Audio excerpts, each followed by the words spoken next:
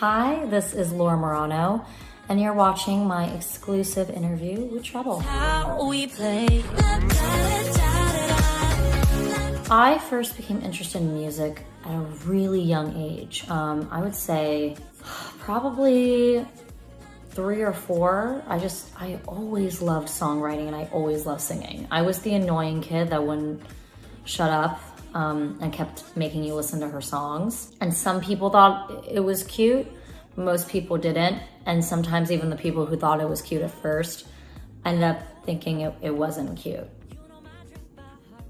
I definitely took a journey to find my sound the same way I think most artists do, I'd venture to say. I grew up with some of my parents' favorite artists. I grew up with Joni Mitchell, Carole King, 2 artists that I still to this day look up to so much. And then I also loved pop music with an absolute passion. To this day, I still very much love pop music. And then, I did a show that had a certain type of sound and music as well that I very much enjoyed. And I think when I first kind of started really writing for my artist project, I was always writing and, nothing felt quite real, I think, until I officially got my first music manager. And it went into such many different directions. It kind of started with piano pop, like a little bit of Sarah Bareilles-y. Then it went into this kind of pop rock world for a little bit. Then it just went straight pop. Then I went into something I like to call my moody pop era.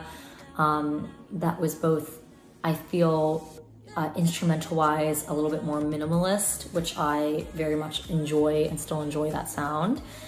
I think what really changed that journey for me a little bit was my first time performing some of that music live. I realized that those songs didn't go off the way I wanted them to live, and I always kind of took that knowledge with me, and definitely took that knowledge with me when I was writing for the next project and the next project. Went to a bit of sad pop for a little bit, and now this album, I think this album it feels to me it's most singer songwriter-y genre, and it feels very true to myself right now, so I'm very excited to be there. My writing process changes with every song that I write. More often than not, I usually come up with a lyric or a concept first. Not always, but usually. I can also come up with a lyric and melody at the same time, and we'll try to find the chords that fit that melody. Sometimes, more rare, not as often, but still happens, I'll start with chords first and, kind of figure out what I want the harmonic structure to be and then build a melody around that. Still probably have the lyric in mind in some way. And then, that also always changes if I'm writing by myself or if I'm co-writing with someone. If I'm co-writing, they have their own process as well. Sometimes we'll write to a track.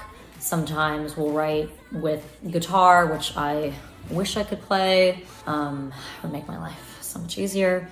So it changes all the time.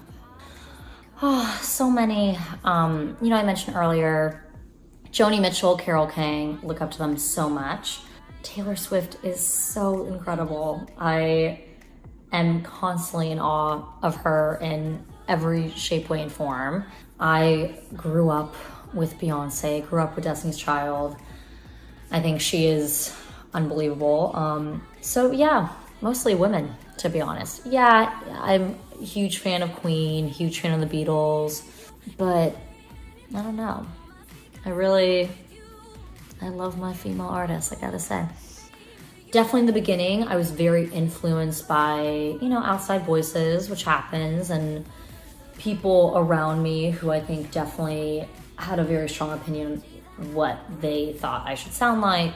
And the people pleaser in me very much early on wanted to appease that and try things out. I also think, to be honest with you, I do feel most artists, no matter who they are, this might resonate with them, but definitely I do feel like women, especially in pop music, are so consistently told what they should do to be successful rather than being listened to. Not me being on my soapbox, but I do feel like you're kind of told, okay, you have to make these people happy to label. Okay, you have to make these people happy. You have to do this, you have to do that. And it can be very challenging to hear your own creative voice of what you feel you want to do. So yeah, I definitely think I was influenced, which again, I would say that probably happens to a few people. Not everyone. There's some people who are my heroes who are like right out of the gate. They were like, this is who I am, and that's that.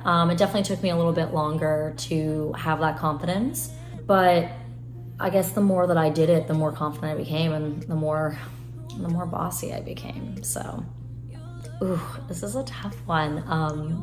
I loved performing Arrow on tour. Arrow was a song that was not released yet. And let me tell you, I had my fair share of experiences playing unreleased music, and it was just, I knew when I wrote it that I was like, oh, this song has to be played on tour, because I kind of had a feeling it was gonna be super fun to play. I would imagine myself when I would listen back to it, like singing live, and it did not disappoint. It was one of my favorite songs to do. Me was a really fun one because everyone knew the words to that one, and actually hearing people sing back your lyrics is the most special experience ever. And then also I feel like a lot of the stripped down songs, when I was just me and keys, or me and guitar, Not Like Me, I think is a really fun one to perform live. Those were some of my favorite songs because, again, when people knew the lyrics and were singing with me, there's no feeling like it. It is the most special feeling ever. I think the US tour, that was incredibly special, and somehow was a special moment, I feel like, for me and even fans who are international, which I'm so grateful always for their support. And I don't know, everyone made that experience really, really special. You know, also during the pandemic, I got to do things that I definitely hadn't, done before. I did this virtual showcase called Sundays with Laura and You, where I took a song off my UEP every week for 6 or 7 weeks, how many songs are on that EP, and would play it on keys, do like a Q&A with fans where we would talk about the themes of the song, and then do like a cover, and then show unreleased music. That was one of actually my most favorite experiences, which is funny because looking back, I was so stressed out. I was like doing it all by myself, and I'm like, oh my God, how am I supposed to do this? And it was really, really special. Okay, wait. I'm totally blanking on the name of this album, but it's that Renee rap album, which I think is just unbelievable. Snow Angel. I did think it was Snow Angel, but then I, for a second, was like, wait, is it called Pretty Girls? It is so good. I think Renee Rapp is just so talented, and I love her so much. She's so good. I sometimes feel like your younger self can also give you a little bit of advice. I would say, don't wait to speak your mind, because more often than not, you're probably right. And it's sometimes definitely disappointing to figure out that you should have said something sooner, or that you should have made a certain choice after the fact, because you were scared that you were wrong about something. I also think that sounds a little presumptuous. I mean, obviously, yeah, I think be okay to make mistakes, because that fear of being able to make mistakes will lead you down a path of speaking your mind a bit more, and you might be surprised that there are a little less mistakes than you thought. Maybe the mistakes came from not speaking your mind. Yes. Thank you all for watching. Mwah.